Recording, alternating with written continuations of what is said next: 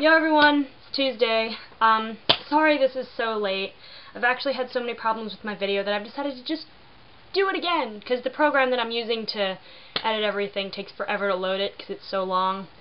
And I thought, well, I could chop it in bits, or I could chop it more, then I have to watch the whole thing in increments, and then chop those little bits out that were useless, and I was like, let's not do that, let's just do this again, because I've already gotten practice, so I can get through it. Beanie Baby today is called Support, kind of an uncreative name for a Beanie Baby that's meant to be for a cause, but this is Support, so Support is for support breast cancer, or rather support finding the cure for breast cancer, because we don't want to support breast cancer, we don't want to support the cure. Support's going to be sitting off camera because I've learned on the other video that support's not going to stay on my shoulder. Today I'm going to talk to you about stuff that I wrote when I was younger and how I got into writing. The way I got into writing was school, basically. I mean, obviously I read a lot of books when I was a kid, but the whole writing concept thing really happened when I was in school, because when you're in a, kindergarten, preschool, sort of elementary school age, people really encourage you to write. They're like, oh, write stories, we're going to have writing time now. And you get to middle school and they're like, oh my god, stop writing, write a paper. So that was kind of depressing, actually. But I dug through my old stuff and I did find some things that I wrote when I was younger. So, starting with this, which is called, I don't know if this is going to focus on it, but this is a composition book from 94 to 95. It was in the kindergarten box, but I think it's from 2nd grade. I didn't actually stop to do the math. But it's pretty cute. I mean, let's see, the first page said, yeah, 2nd grade. Our teacher is fun. We have a fish tank. And tank is spelled T-A-Y-K. So, clearly I am still getting a grasp of the English language. But I know that I did pick it up really well just because the fact that I was like reading books like a maniac before I can even remember doing it. So let's see, my bus, and I have a lot of pictures for these. So there's like a picture of a bus. My bus full, no is, because who needs a verb. The big kids are crazy. The ride home is short. It also says don't scream. They do it anyway. I think it's talking to the people in the bus, so it's saying don't scream, but they do it anyway. It actually, honestly, to me, that sounds kind of ominous. Kind of frightening, actually, like, for a scared little kid, what that sounds like. Wow. Hamsters. Hamsters are mammals. Naomi is a hamster. She is very busy. And there's other stuff in here. There's a story in here. It's about, there's the Otter Beast one, that was kind of interesting. There's the rabbit who's looking for Santa, and this one was basically just about a rabbit who is looking to give a present to Santa Claus. So he packs up some stuff. He packed up some butter and 2 shells, some pennies, and the words are underlined, so I think I was doing this for a spelling list. But anyway, he gets his stuff and he goes to the airport and he's like, I want to go see Santa, and the guy takes me like, Santa lives in the North Pole. And for some reason this makes the bunny think, oh, I'll go home instead of go to the North Pole, but he does, he goes home, and I guess it's Christmas, so he leaves the present out and some cookies, and Santa eats the cookies and takes the present, so the rabbit's happy.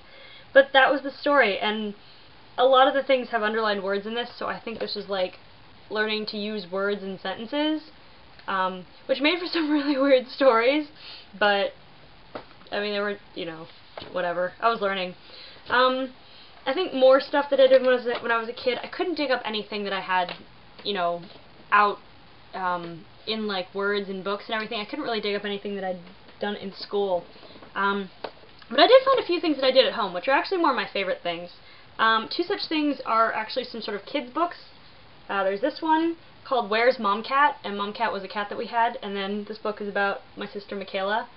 She's looking for Mom Cat, and this book is really cool because it's got like the flappy things, so you can see Mom Cat. And it's basically, the book's basically about Michaela going around the house, and everything is based on like scenes from our house. So you can sort of tell in a choppy kind of way what our house looks like.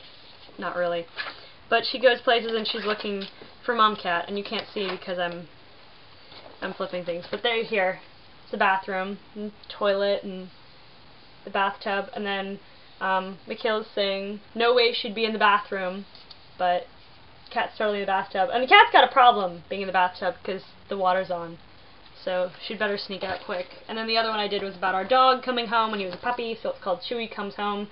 Same concept, dog goes throughout the house looking at things, saying hello to things. I also did, I liked illustrating things apparently. I did these books called The Super Swimmers, also, which my little sister absolutely adored, and they're really nerdy. Like, if you're a swimmer, they're ridiculously nerdy. I dedicated it to the Fairport Area Swim Team, which is what FAST stands for, because that was the swim team that I was on in New York.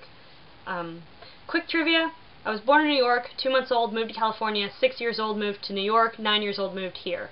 I'm 23. I've been here a little while, so I feel like an Ohioan, but I was born in New York and I've lived in California for a bit, so. But anyway, so I think I probably either wrote this after we moved here or while we were there.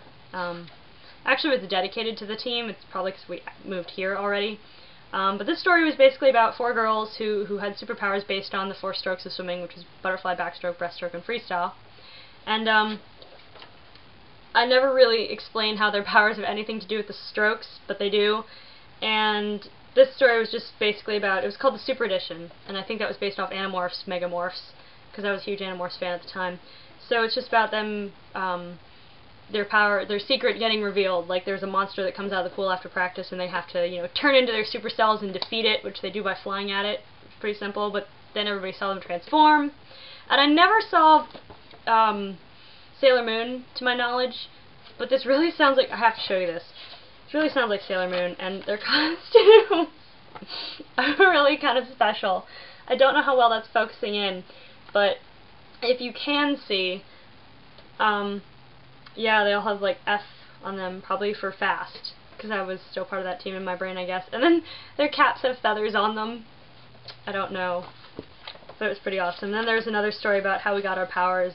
I'm really funny with my little stories.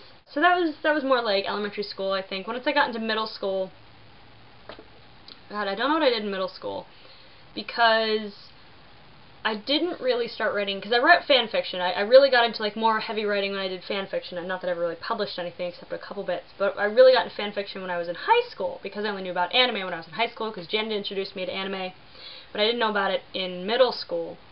So I don't know what I did in middle school. I don't think I really wrote anything in middle school except papers. I think in middle school I just mostly read a lot, because I had friends. I had about 4 or 5 friends total, like, honest to God, 4 to 5 friends, and they were pretty much in other classes. Like, 7th and 8th grade, same school, they were split into 2 teams, 7-1, 7-2, 8-1, 8-2. Any team that I was in, my friends were always in the other, so I never got to see my friends. So I was like, talk to the people who are picking on me, or hang out in the library at every lunchtime and read books in class, in between classes, while walking to class. So I can actually walk down the street reading a book and not trip because of this intense need to not talk to people in middle school. So I'd like to thank everyone in middle school for being a jerk! I'm not better. Anyway, I got into high school and Janet got me into anime, so I started reading fan fiction, and I can't show you any of it. Part A because it's online, Part B because it's in my diaries, because I've been keeping a diary since I was, I think, beginning of middle school, because the first date in a diary that I have on my shelf is dated like 99 or something, so I think I was in there, but this was just mostly angst, to be honest. But then I got into fan fiction, and then I would start writing things in here, and I think I wrote my first, maybe not my first, but one of my longer, like, you know, I realized it was original fiction, and I wrote it in my diaries, and I have more. I have gazillions, and they change. I never really got, you know, one. I just go to the store and be like, oh, this one looks nice, and then I get that one. I also write in notebooks a lot. I don't know, this is actually one that Janet gave me at the end of high school. Thank you, honey. And I haven't really written anything in this one, but I have a lot of notebooks, like spiral notebooks like this, and then I just write stuff in it. And I think I have a couple stories, actually I think I have a couple stories that I started in middle school. Huh, how about that? I was writing in middle school. When I got into high school I wrote more in those, and when I got into college I really wrote more in those because I would have them in class, and I'd get bored in class.